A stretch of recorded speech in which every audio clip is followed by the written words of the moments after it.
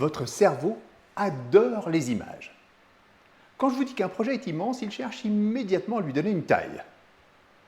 Quand je vous parle de la France, il cherche une forme. Quand je vous dis qu'un partenariat rapproche deux entreprises, il imagine un mouvement. Et quand je vous parle d'une pression énorme sur les équipes, il cherche presque à ressentir son poids. Le problème, c'est que la plupart des orateurs ne donnent rien à voir. Ils parlent d'idées abstraites avec les bras qui pendouillent ou des gestes répétitifs. Pourtant, nous possédons tous un outil formidable, nos mains. La gestuelle d'illustration consiste tout simplement à dessiner vos idées dans l'espace, à sculpter des concepts en 3 dimensions ou encore à mimer une action.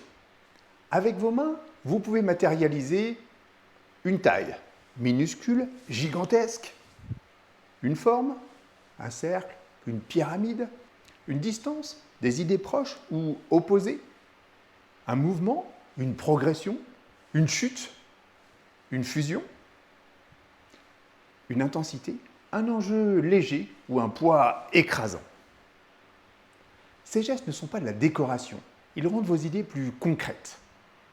Et surtout, ils exploitent plusieurs mécanismes extrêmement utiles. D'abord, votre auditoire ne se contente pas de vous regarder. Il complète ce qu'il voit. Regardez. Il est entré dans la pièce. Ah, j'ai jamais dit qu'il était armé. Pourtant, une partie d'entre vous l'a immédiatement imaginé avec une arme à la main. Ensuite, en donnant une forme physique à une idée abstraite, vous mâchez le travail pour votre auditoire. Moins d'efforts pour comprendre, plus de place pour retenir. Et mieux encore, vous ne dites plus seulement une idée, vous la montrez. Elle laisse donc 2 traces au lieu d'une. Et cerise sur le geste, ça vous arrange aussi. Illustrer ces idées coûte moins d'énergie mentale que de chercher ces mots avec les mains en cache-sexe ou dans le dos.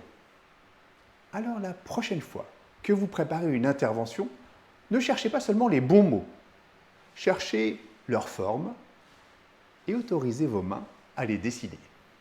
Si ce type de sujet vous intéresse, suivez-moi pour ne rien rater.